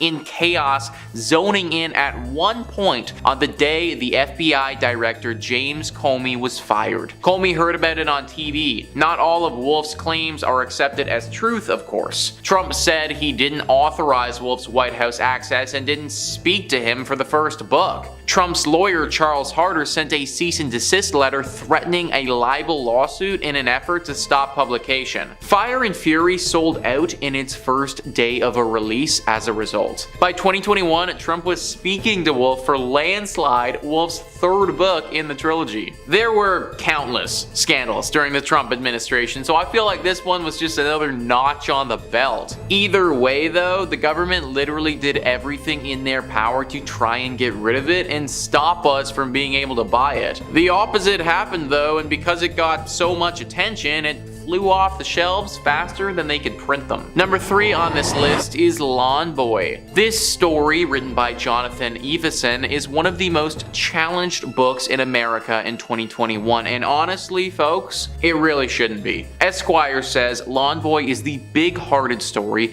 of Mike Munoz, a young Chicano striver working on a landscaping crew in Washington. As Mike fights against the soul-crushing forces of classism and racism to achieve his American dream, he also comes to terms with his sexual identity. Though the novel was written for an adult audience, teens fell in love with Lawn Boy, leading it to be awarded an Alex Prize, an award bestowed by the Young Adult Library Services Association to books written for adults that resonate with teens. Critics slammed the book for the LGBTQ content and sexually explicit material, pointing to a sexual encounter between 2 young men. Iveson has received hate mail and death threats as a result of campaigns to ban his book, but he remains uncode. When I look at the wealth of great literature that enlightened souls have sought to ban through the ages, how could I feel anything but pride to be listed among them, he wrote. To those who would ban my book and burn me at the stake because they are ashamed of their own past experiences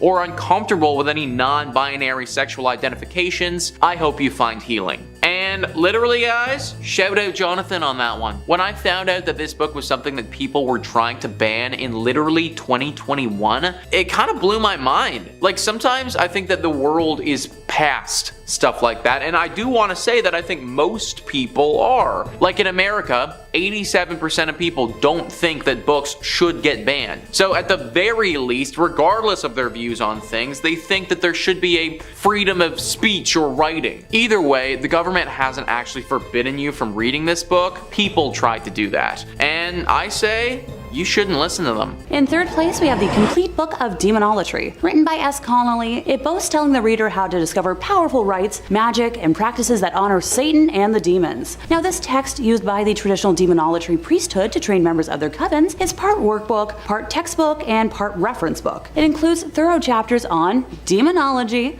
history, demonic holy days, offerings, prayers, sigils, religious rites, and an introduction to demonolatry magic. Okay, this might be the first book I'm actually tempted to buy for myself, if only just to learn more about like demonology history from someone that isn't Ed Warren for once. I love the Warrens and their work, but at the same time, it would be kind of neat to learn from a lens that isn't, as biased in Catholicism. Let's see what else it advertises. Learn how and why the ends, demonolatry sigils, ascension, and many other demonolatry methods have become standard practice among many theistic Satanists. It claims to guide students from pre-initiate to adept. It even delves into the depths of demonolatry, sex magic, necromancy, scarlet elixir rites, and red fluid sacrifice. See, that entire last phrase I can do without. Let me know what y'all think in the comments. Should I bother investing in it or not? In second place, we have the Grimorium Verum. The Grimorium Verum, which is Latin for true grimoire, is an 18th century grimoire attributed to one Alabek the Egyptian of Memphis, who wrote it in 1517. Like many grimoires, yep, it claims a tradition originating with King Solomon. The grimoire is not a translation of an earlier work, with its original appearing in French or Italian in the mid-18th century, as noted already by A.E. Waite, who discussed the work in his book of ceremonial magic in 1911, stating that the date specified in the title of Grimorium Verum is undeniably fraudulent, since the work belongs to the middle of the 18th century and Memphis is Rome. Alrighty. One version of the grimoire was included as the Clavicles of King Solomon, Book 3, in one of the French manuscripts S. L. MacGregor Mathers incorporated in his version of the Key of Solomon, but it was omitted from the key with his explanation. That apparently at the end there are some short extracts from the Grimorium Verum with the seals of evil spirits, which, as they do not belong to the Key of Solomon proper, I have not given. For the evident classification of the key is in 2 books and no more. I just love feuds. Adri Shah also published some of it in The Secret Lore of Magic, the Book of Sorcerers in 1957. Alrighty, time to break down all 4 books. So book 1 is described as concerning the character of demons, particularly the superior spirits of Lucifer, Beelzebub, Astaroth, while also including the many inferior spirits below them and their invoking sigils. Who wants to hear about what all the lesser spirits can do? Klonek has the power to bring money to those who make a pact with him. Lucisin has power over important people and politicians. Frymost has power over women. Kleppoth can help you experience all sorts of dreams and visions. Kill can manifest dramatic situations and changes. Mersild has dominion over long and short distance travel. Clisthard can create confusion or enlightenment, depending on what you need. Serchade can make you see all sorts of natural and supernatural creatures. Hickpath can make a person think of you, no matter how far or distant they may be. Humans can bring you any book you desire. Seagal will cause all sorts of prodigies to appear. Brucissier can teach you the art of necromancy. Guland causes all illnesses. Sergak can create every kind of opportunity for advancement. Moriel can help you move about unseen. Frutimier prepares all kinds of feasts for you. Huiki Tigras, I tried, causes sleep in the case of some and insomnia in others.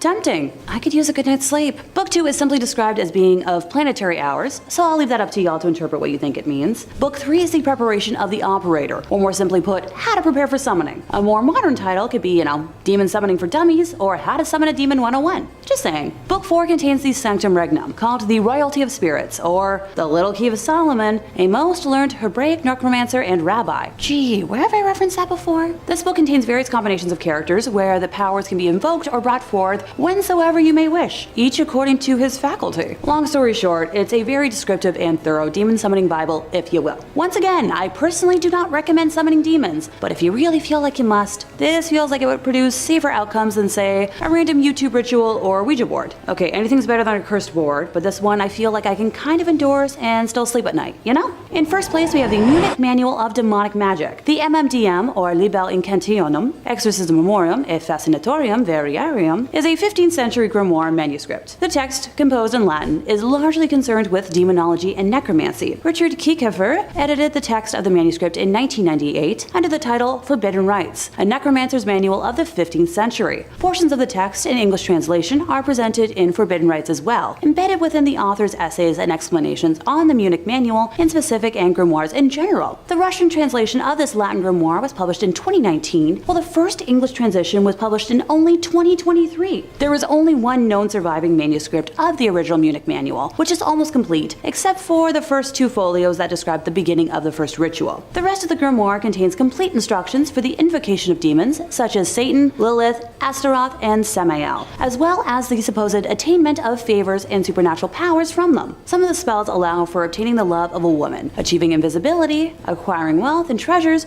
or gaining knowledge. The text is accompanied by over 40 illustrations of magic circles and symbols to be used in the ritual. Number 2 on this list is the Dresden Codex. Owen Jarvis details once again the Dresden Codex beautifully by writing, "The Dresden Codex is a Mayan text dating back around 800 years. It contains 39 beautifully illustrated sheets with texts and images on both sides. Research published in 2016 in the Journal of Astronomy and Culture indicates that the Codex records the phases of the planet Venus so that the Maya would be certain that their ceremonial events were being held on the correct day. The Maya had a really elaborate ritual set of events that were tied to the calendar. Study researcher Geraldo Aldana, a science historian at the University of California, Santa Barbara, told Live Science. They were probably doing large-scale ritual activities connected to the different phases of Venus. Now, for those who don't know, Venus, albeit a very beautiful planet, is often tied to Lucifer. It should also be noted that the Mayans were known to perform the occasional human sacrifice, and I don't think it's a stretch to say that this text most likely contains dates when human sacrifices are to be performed. The Dresden Codex would have acted as an agenda to make sure that our Mayans kept on track with their sacrificial rituals to honor Venus. For this reason, it's thought that this codex is cursed with the souls of those who were sacrificed. It's also very dangerous to perform any of these rituals, as they will likely involve the loss of human life and potentially reaching out to some very dangerous gods. This is the oldest surviving Maya book, and for that reason needs to be kept around for research, but I wouldn't recommend the average person giving it a read. And finally, number 1 on this list is Liber Lineatus. This text is currently considered to be the longest lasting Etruscan text in all of history. It dates back to the 3rd century BCE, and because not much is known about the Etruscan language, it remains mostly untranslated. However, experts who study such things have been able to decipher some of it and have discovered that the text was a ritual calendar, a collection of dates with specific rituals to be performed on said dates. The exact details of these rituals are unknown, but we assume them to be centered around human sacrifices and things of that nature. This is already enough to fear this book, but what makes it inherently cursed is how the pages were used for several thousand years. Mihailo Beric was a low-ranking Croatian official who, in 1848, decided to leave his position and travel to Egypt. While he was there, he decided to purchase a sarcophagus with a mummy inside. Why someone would want a coffin with a preserved dead body in it is beyond me, but apparently this was pretty cool to own back then. Anyways, he takes this mummy back to his home in Vienna and stands it upright in the corner of one of his rooms. It wasn't until after he died though and his brother donated the mummy to the State Institute of Croatia that somebody realized what the mummy was covered with. The bandages that preserved the mummy were covered in writing. These bandages were the Liber Lineatus and had been used as rags for this mummy for centuries. Now this text is locked in a refrigerated room in the Archaeological Museum of Croatia, and for good reason. Not only is the writing of this text potentially very dangerous, but people believe that the spirit of this dead mummy haunts the rags and that they're cursed. Those that come into contact with them, or God forbid, read them, could have some very tragic events befall them. For this reason, I highly recommend staying away from the Liber Lineatus at all costs.